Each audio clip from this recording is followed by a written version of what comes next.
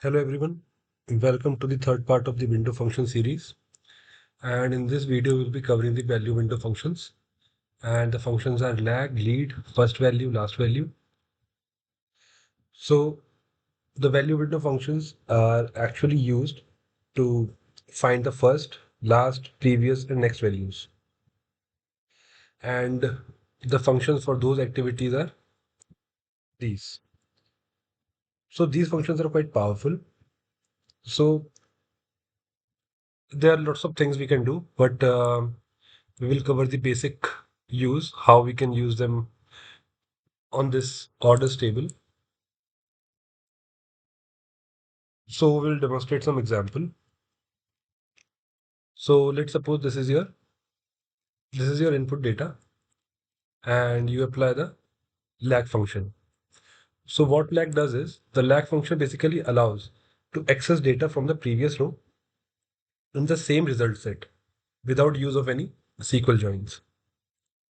So as you can see here, so this is the order date in the data and we use the lag function to calculate the previous order date.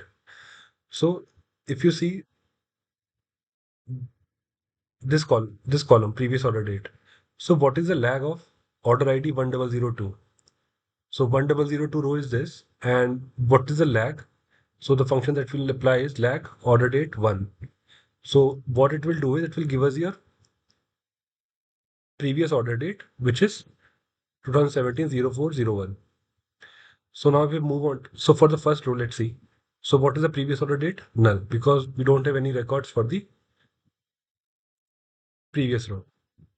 Then for the second row, for order ID 1002, what is the previous order date? 1/4/2017.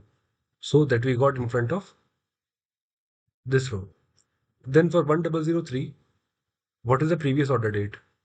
2017-0402. And we got the corresponding previous order date. What is the previous order date for 1007? So if we go here, the previous order date is 2017-0406. And we got it in the previous order date column. So we can create this column, previous order date, using the lag function. So let's see this in action. So this is our table. So this is our input table. And now what we will do is we'll do a select star and then we will use a lag function and we will do a lag on order date and we will go back one row. That is the previous row. And then we will do a over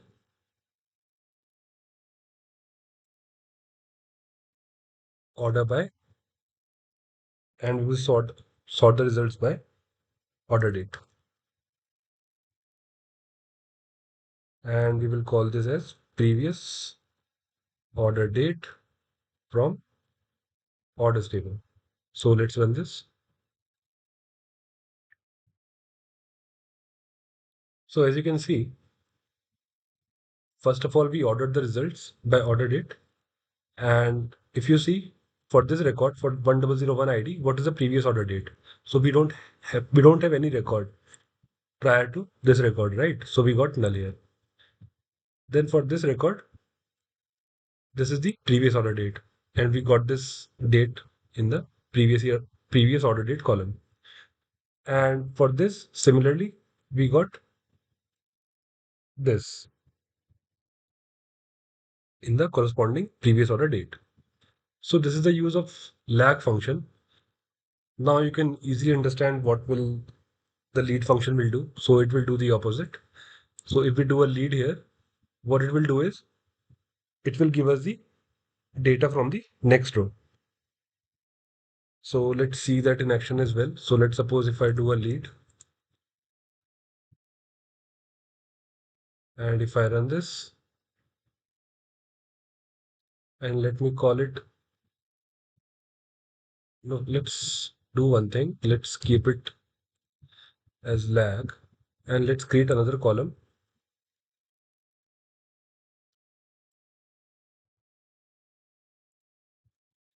and we will get the next order date. Now let's run this. So now as you can see here, for order ID 1001, what is the previous order date? None. But what is the next order date? This is the next order date.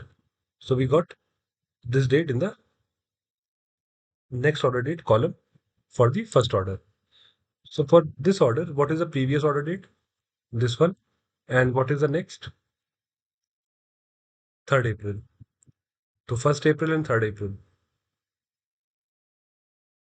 Sorry, 2nd April, the previous one is. So for 1003, what is the previous order date? 2nd April. So we got 2nd April here. And for 1003, what is the next order date? 4th of April. And we got 4th of April in the next order date. So what it is doing is, if we are checking for order ID 1003, so the previous record will be this one, and we will get the previous order date from this row. And from this row, we will get the next order date. Similarly, if we pick 1008, what is the previous order date? That is 10th of April. So we got 10th of April. And what is the next order date? So next order date is 20th of April. So we got 20th of April in the 1008 order ID. So I hope you guys understood this. So now let's move on to first value and last value. So we have covered lag and lead. Now we will see how first value and last value works. So this is the example for lead. So what happens is, this will pick the next order date. So I've already explained this. And for the last row, we don't have any orders after this. That's why the next order date for 1010 order ID is null. Now let's look at the first value and last value. So what happens is, the first value and last value functions basically help us to identify the first and last record within a partition. And if we are not applying partition, it will give us the first value and the last value in the entire table. So let's see this. So as you can see here, if we apply the partition on Arlington city, so what is the first value in this? What is the first order date, you can say? This is 2nd of April. So we have got 2nd of April as the first order date. And what is the last order date? This is the 11th April. So we got 11th April as the last order date. So we calculated the first order date using the first value function and last order date using the last value function. Similarly for GuildFord, so for the GuildFord partition, what is the first order date? This is 1st of April. So this is 1st of April. Again for GuildFord, what is the first order date? 1st of April, 1st of April, 1st of April. And for GuildFord city, what is the last order date? That is 25th of April. And that's why we got 25th of April as the last order date for all the records with GuildFord city, because we created the partition on city column. So let's see this in action as well. So let's suppose if I do a select star, comma, I'll just do a first value and we will do a first value on order date. And then we will do a over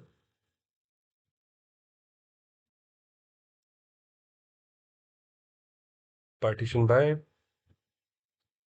city, and we will do a order by city as well. And we will call this as first order date.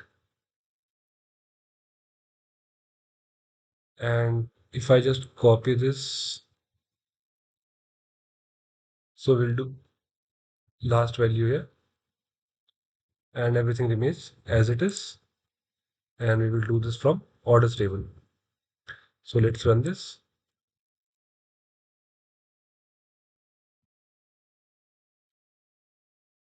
So let's name this as last order date.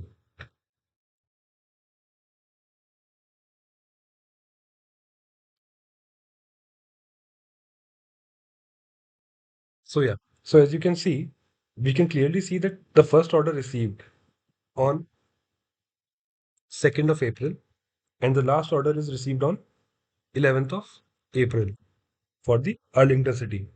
And it actually works the same for rest of the cities as well.